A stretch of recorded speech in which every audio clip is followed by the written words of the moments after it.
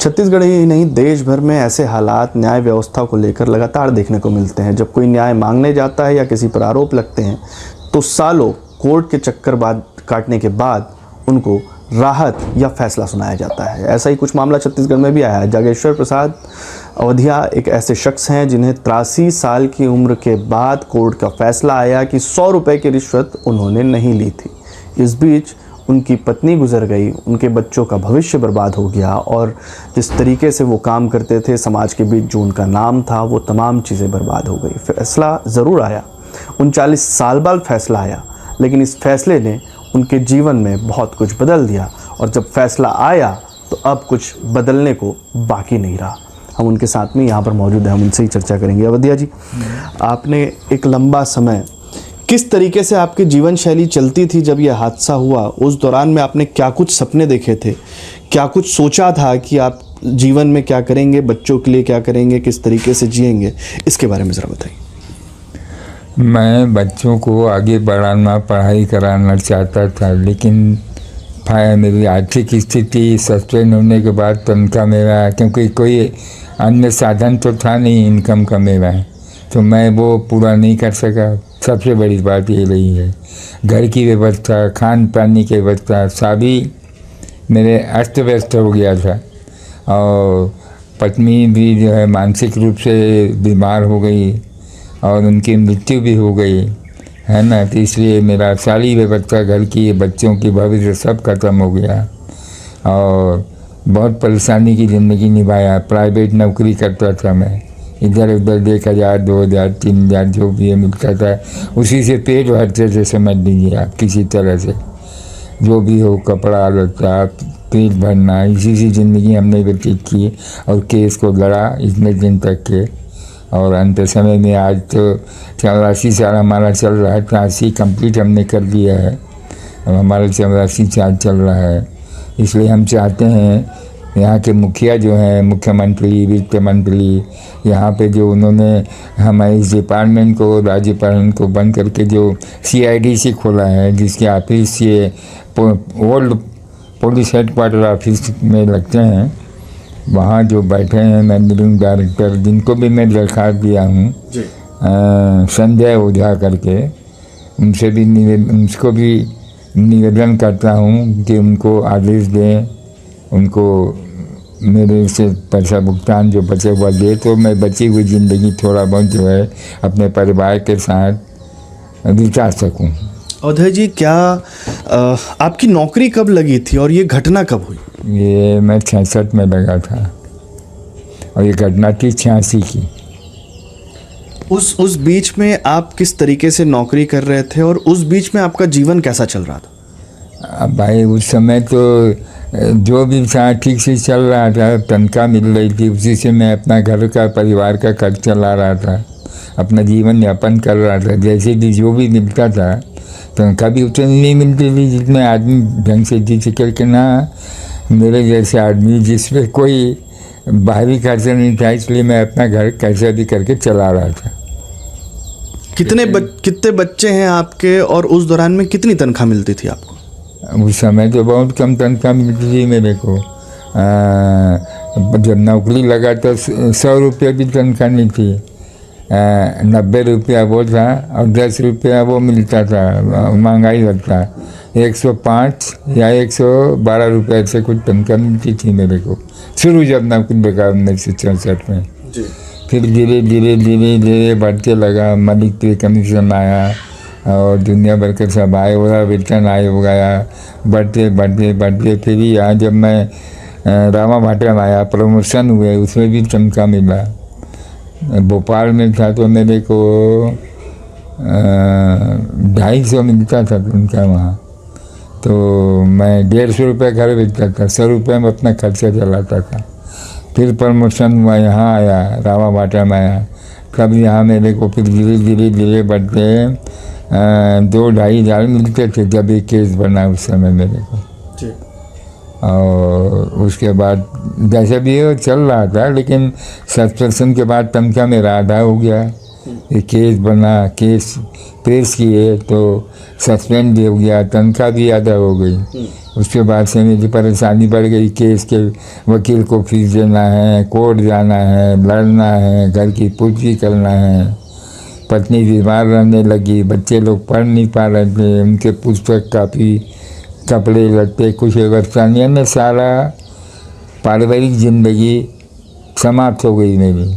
और एक काले बादल छा गए मेरे परिवार के ऊपर और अंधकार में जिंदगी, और इसी बीच पत्नी की भी मृत्यु हो गई।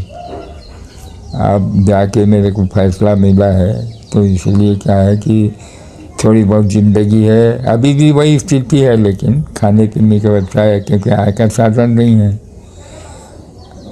तो मैं ये चाहता हूँ मेरा पैसा जो है ना दिया जाए जल्दी से जल्दी। यहाँ के शासन के जो मुख्यमंत्री हैं, वित्त मंत्री हैं, मैनेजिंग डायरेक्टर हैं, ठीक है, ये आवाज़ तो उन तक ज़रूर पहुँचेगी। लगता है कि जिस तरीके से ईमानदारी का जीवन जीना कितना कठिन है, और अगर कोई इस तरीके से आरोप लगा दे तो उसके बाद किस तरीके की परिस्थितियाँ रहती है, ये अवधिया जी बता रहे हैं। एक बार और मैं आपसे सवाल करना चाहूँगा, जब आपके ऊपर 100 रुपये का इल्ज़ाम लगा, रिश्वत लेने का इल्ज़ाम लगा, उस क्यों लगाया गया, किस तरीके की ये पूरी घटना हुई थी और कैसे हुई थी? ये क्या था, मैं अवधियापाड़ा में रहता हूँ, मेरे गली में वहाँ पे एक वकील थे, उन्होंने शायद उसका केस लड़ा था। अशोक वर्मा नाम के कोई व्यक्ति था, मैं जिसका नाम नहीं जानता था, ना मेरे यहाँ काम नहीं करता था। वो मेरे घर के पास आया, छोटा सा घर है, मैं सामने बरामदे में बैठा था। तो मैं इससे पूछा क्या बात है, दरवाज़ा भी खुला था। बोले मुझे वकील साहब ने भेजा है, मैं कोर्ट से केस जीत गया हूँ, मेरे को पुराना वेतन का बिल चाहिए, बनाना है। मैं इसको समझाया कि भाई जब ये मामला कोर्ट का है, अब हमारे यहाँ लॉ सेक्शन है, लॉ डिपार्टमेंट, विधि विभाग, वहाँ पे लॉ ऑफिसर हैं, लॉ सुप्रिंटेंडेंट हैं, ये सब केस देखते हैं, वो आदेश करेंगे, है ना भाई, वो मेरे साहब को आदेश करेंगे जहाँ मैं कार्य कर रहा हूँ, वो मेरे को आदेश करेंगे तो बिल बनेगा। अब आदेश के बिना मैं बिल नहीं बना सकता, तो चला गया। उसके बाद 2-3 दिन उसके बाद फिर आया वो, और मेरे को पैसे देने लग गया, मेरा बिल बना दो। तो मैं इसको डांट के भगाया, तुम बेवकूफ़ जैसे बात मत करो, जब समझा दिया हूँ ऑर्डर आएगा बिल बना देगा, तुम जाओ करके भगा दिया। तो उसने फिर वही, क्योंकि वो पुलिस वाले का लड़का था, पुलिस लाइन में रहता था, अपने बाप को बोला होगा, उसका बाप सब इंस्पेक्टर वगैरह था। तो उसने जाके विजिलेंस के जो एसपी थे मिस्टर मदन गोपाल पांडे, उनको सब रिपोर्ट किया और पूरी टीम बना के 24/10/86 को मेरे घर के चक्कर काटना चालू कर दिया।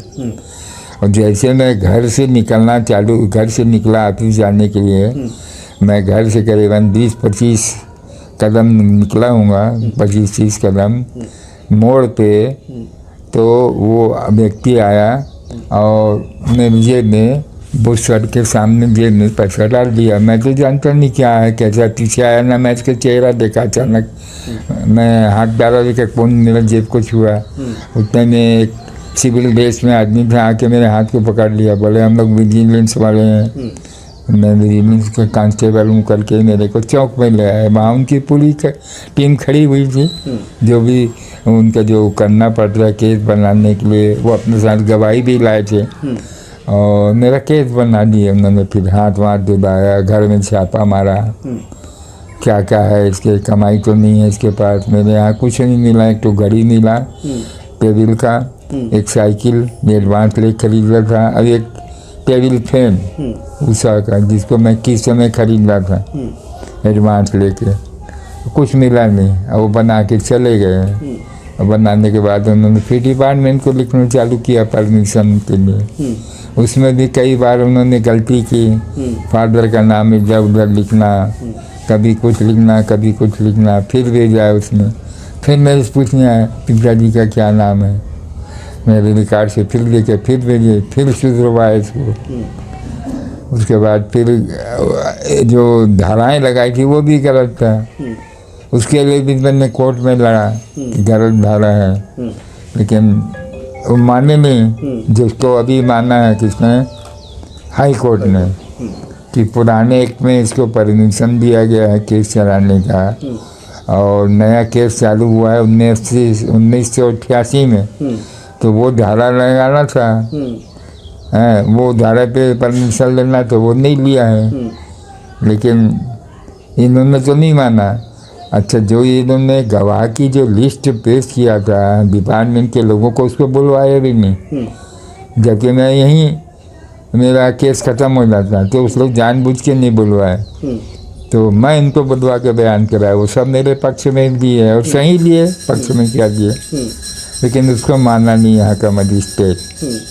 बोले नहीं, उसको कंप्लेनेंट को कोई फ़ायदा नहीं मिलता है।